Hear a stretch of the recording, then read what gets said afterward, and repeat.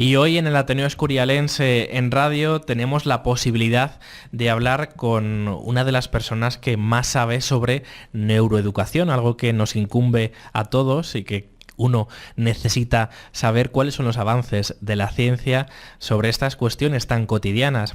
Tenemos al doctor Javier Andrés Blumenfeld Olivares, que es titulado especialista superior y que está dentro del servicio de pediatría en el Hospital El Escorial. Buenos días, ¿cómo estás? Hola, buenos días. Oye, queríamos saber esto de la neuroeducación, ¿qué es? ¿En qué consiste? Sí, bueno, lo primero, no soy ni muchísimo menos de las personas que más saben de neuroeducación, pero muchas gracias. Bueno, pero sí para nosotros en esta radio en el día de hoy. Vale, eso lo acepto. Sí, mira, la neuroeducación es pues una mezcla entre neurología y educación. Y es un poco los conocimientos que tenemos sobre el cerebro, sobre los funcionamientos de los motores de aprendizaje y su aplicabilidad en el aula. En realidad es entender bien cómo aprende el cerebro, cómo funciona la memoria, cómo funciona nuestra capacidad de concentración, nuestra emoción, cómo funcionan nuestros mecanismos neurológicos que nos ayudan a aprender, y cómo intentar aplicarlos en el aula. Y realmente también muchas veces cuando hablamos de neuroeducación, le ponemos un nombre así como muy rimbombante, neuroeducación, pero realmente muchas veces nos referimos a cosas que hacen muchísimos profesores en sus aulas, que a lo mejor no lo llaman así, pero que sí que tienen que ver con la emoción, con la motivación, con la activación de neuronas espejos, con aprendizaje cooperativos, o sea, que tiene que ver con cosas que realmente son eficaces y funcionan, y la razón es que activa partes del cerebro que son importantes para el aprendizaje. Uh-huh. Qué interesante esto que acabas de decir sobre las neuronas espejo. ¿Qué es? ¿En qué consiste? Mira, las neuronas espejo son unas neuronas que tenemos que hacen que entendamos o que empaticemos con lo que tenemos delante, ¿no? Entonces, la neurona espejo, por ejemplo, hace que ¿tú has visto la película Lo Imposible? Ah, sí. Pues esta escena en la que está ella en una piscina, cosa que podíamos estar todos, cualquiera de nosotros, y de repente viene una ola y se agarra al niño. El tsunami. Entonces, esa escena lo que hace es que nosotros nos situamos muy fácilmente en el lugar de la persona que estamos viendo, ¿no? Y eso, en alguna manera, nos asusta más, porque nos activa nuestras neuronas espejos, hace que con más facilidad sintamos lo que le está pasando a ella. Y eso es muy importante en la comunicación humana, pero es muy importante en el aprendizaje. El aprendizaje mediante neuronas espejo, es decir, de un igual, es mucho mayor que el aprendizaje convencional. Es decir, que un aprendizaje entre niños aprende más rápido que aprendizaje de una persona adulta con un montón de niños sentados y los niños mirándose la nuca. Eso pasa mucho con los hermanos. Muchas veces el hermano pequeño has estado con él un montón de tiempo, enseñándole a leer, a escribir, estando con él, y resulta que con el hermano más pequeño, que no le has hecho casi ni caso, aprende todo mucho más rápido porque lo aprende utilizando más neuronas espejos del hermano o de la hermana mayor, ¿no? Entonces, lo importante de eso es que la neurona espejo es una herramienta potentísima de aprendizaje. El aprendizaje entre iguales, el aprendizaje por grupos, es una herramienta potente. Y ese conocimiento, que muchos profes lo hacen de forma autónoma y de forma individual, y lo hacen porque ven que funciona, pues tiene su aplicación neurológica, que es que estás activando neuronas espejo. Claro, es decir, muchas veces lo han aplicado desde la educación los profesores y no sabían, ¿no? Quizás el nombre, sin embargo, ya lo hacían a su manera, sin entender quizás todas las cuestiones que tenían que ver con lo neurológico. Bueno, en realidad de lo que está haciendo la neuroeducación no es decir, no es decir esto es bueno, esto es malo, es afirmar a veces cosas que hacen profesores y que no son a lo mejor tan convencionales, y que realmente tiene una explicación neurológica. Mira, eso pasa mucho con la emoción. Nosotros cuando nos estamos emocionados se enciende una parte del cerebro que se llama amígdala. Esa parte del cerebro es como que irriga los motores de aprendizaje, lo llena de neurotransmisores y hace que nuestro aprendizaje sea muchísimo más eficaz. Un niño aburrido aprende con mucho menos eficacia que un niño que está emocionado con lo que está aprendiendo. Un niño y un adulto y una adulta. O sea, cualquiera de nosotros que nos guste lo que hacemos, realmente nuestra capacidad de aprendizaje es muchísimo más potente y eficaz. Y eso tiene su aplicación neurológica, pero también tiene su aplicación en el aula. Y hay muchos profesores que se dan cuenta que si ellos consiguen motivar a los alumnos, si ellos consiguen que no sea el alumno un simple receptor de lo que está diciendo el profesor, la capacidad y eficacia de aprendizaje es mucho mayor. Eso también tiene su aplicación neurológica y también hay muchos profesores que lo están aplicando. Lo aplican porque porque están motivados con lo que enseñan, o hacen un aprendizaje basado en proyectos, o contextualizan lo que están haciendo. Es decir, que emocionan a los alumnos con lo que están enseñando. Más que el método en sí de aprendizaje los emocionan. Lo que está claro y es evidente es que niños sentados uno delante de otro, mirando a un profesor, escuchando cómo se repiten las capitales de Europa o yo qué sé, acaban aprendiendo, pero es muy poco eficaz y muchos niños se van quedando en el camino. Y luego pasa otra cosa, que cuando tú aprendes de esa manera, al no estar utilizando tus emociones, es decir, tus amígdalas, tus neuronas espejo, el aprendizaje es simplemente memorístico. Entonces, lo aprendes, lo sueltas como un papagayo y luego no lo has contextualizado, no lo has como metido en las partes más profundas de tu cerebro, porque ya no forma parte de ti, forma parte de que tú tienes que repetirlo como papagayo, soltarlo en el examen y luego olvidarte. Y es uno de los problemas que está teniendo el aprendizaje. Qué interesante el pensar las emociones también como centrales, ¿no? En vez de algo que no tiene que ver conmigo o algo que no tiene importancia, como algo fundamental para mi desarrollo y mi aprendizaje. Totalmente fundamental. Yo, por ejemplo, no tiene mucho sentido, no es que no tenga mucho sentido, sino que es más eficaz, por ejemplo, que los niños... yo veo muchos niños, por ejemplo, haciendo sumas y restas constantemente, repitiendo una repetición que no tiene sentido. Están repitiendo, haciendo deberes un montón de horas, y luego los padres se van de compras con ellos o no, y no los incluyen en la compra, ¿no? A lo mejor sería más eficaz coger a ese niño, hacer una suma-resta con él durante la compra, a ver si tengo 20 euros, qué cosas puedo comprar, vamos a sumar-restar.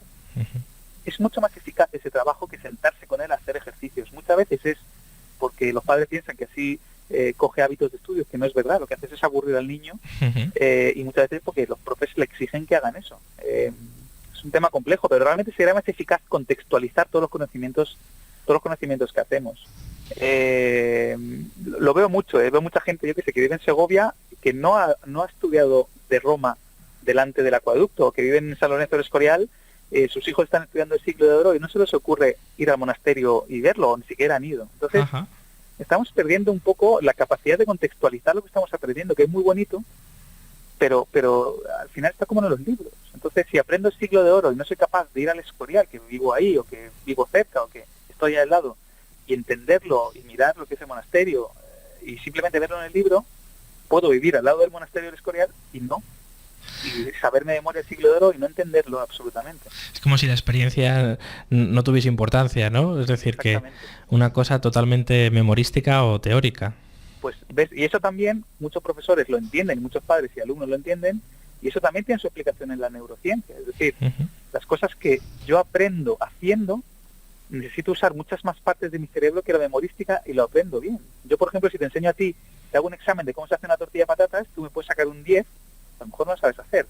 Si tú vienes conmigo y hacemos una tortilla de patatas, la vas a aprender a hacer. Aunque a lo mejor no te sabes exactamente los gramos de los ingredientes, pero tú me puedes decir los gramos del aceite de oliva, de las patatas, tal, pero luego no sabes hacerla. Y ese es el problema de la educación. Entiendo, pero oye, una cosa, yo la tortilla de patata es lo único que sé hacer, así que no habría problema. pero lo sabes hacer porque lo has hecho, no porque te he dicho yo o nadie, te hemos hecho un examen de cómo lo haces. Exacto, ¿no? Es como la experiencia de ponerte, de saber los elementos y saber hacerlo, ¿no? ¿Vale? Y eso es una cosa que yo creo que está perdiendo un poco los coles. Es mucho contenido sin contextualizar, sin conectar con la realidad, y es un problema porque no se aprende de verdad. Oye, pues es una reflexión que nos llega a nosotros y a nuestros oyentes y que tendremos muy en cuenta. Y queremos saber, el día 21 de mayo, ¿qué es lo que se realiza en la Universidad María Cristina? ¿Qué es lo que vamos a poder escuchar? Bueno, no, al final se realiza en el Colegio Público San Lorenzo. Sí. Y en la casa y en el Centro Cultural de San Lorenzo del Escorial. Bueno, pues el Ayuntamiento de San Lorenzo del Escorial ha decidido apostar por hacer un evento de educación, que es un evento en la metodología, se llama Open Space, no me gusta nada el nombre, es que se llama así, que es un evento en el cual pues hay que apuntarse, es gratuito, pero realmente se plantean mesas en directo, se plantean mesas en las cuales la gente que está ahí vota las mesas de trabajo que se quieren plantear.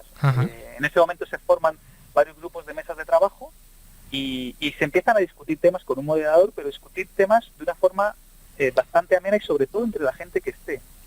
Me interesa muchísimo hacer este tipo de eventos porque me interesa que se genere comunidad educativa, me interesa que la gente realmente hablen unos con otros, porque muchas veces yo veo que hay profesores muy interesados en hacer algo o alumnos o gente que no tiene que ver con la educación pero tiene ideas brillantes y que no hay ningún lugar real para ponerse en contacto con otras personas que hacen lo mismo, ¿no? Entonces la gente está proponiendo mesas maravillosas como filosofía en la educación, como danza en la educación, como cine de educación, como neurodidáctica, como trastornos de aprendizaje, y mi intención es un poco que se mezcle todo y generar esas mesas en ese evento, sobre todo para que la gente se conozca a otra gente que está haciendo cosas parecidas en una zona geográfica cercana.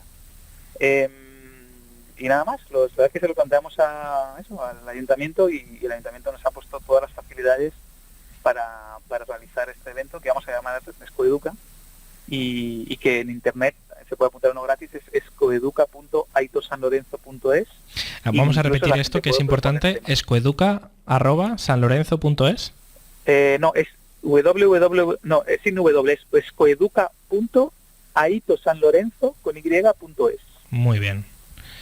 Pues lo tendremos en cuenta para anotarnos y para poder disfrutar in situ y de manera experiencial y directa y viva sobre todas estas cuestiones que nos has traído hoy.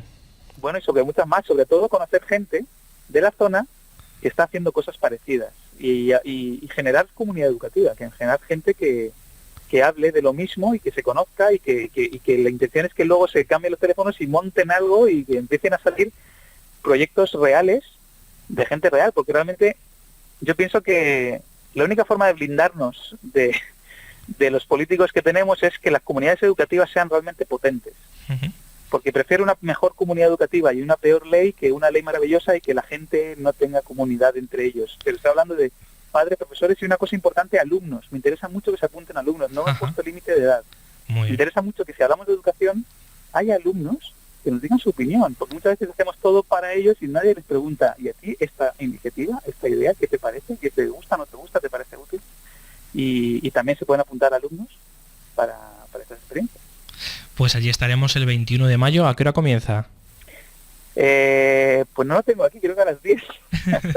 Bueno, está en la página, pero no me acuerdo. Pues iremos a la página y estaremos muy pendientes. Te estaba pensando que los políticos, claro, salen de entre nosotros. Si hay una comunidad educativa muy fuerte, pues van a llevar los valores y las raíces que les demos, y esa comunidad educativa puede ser un colchón para la salud de todos y para que lleguen dirigentes que puedan ser aptos y hacer leyes a favor de todos. Bueno, yo no tengo tanta esperanza.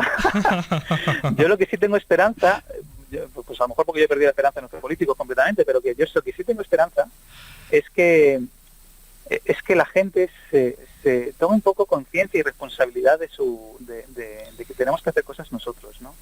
De que yo creo que las cosas que hay que protestarlas, está muy bien, pero tenemos también que empezar a actuar nosotros. Y la actuación de nosotros es cada uno en sus aulas, cada profesor en su aula, o sea que hay un montón de cosas que se pueden hacer, a pesar de que hay cosas que nos pueden gustar más o menos. Pero yo personalmente estoy cansado de la protesta, y eso que hay muchas cosas que yo protestaría. Estoy cansado de la protesta y estoy cansado de los políticos, y creo que es el momento ahora que nos empecemos a organizar nosotros justamente para blindarnos de ellos. Muy bien, pues muchísimas gracias por estar con nosotros. Nada. Javier Andrés Blumenfeld Olivares, del Servicio de Pediatría del Hospital El Escorial. Gracias a vosotros. El Ateneo Escorialense en Radio es tu casa. Hasta otra. Hasta otra.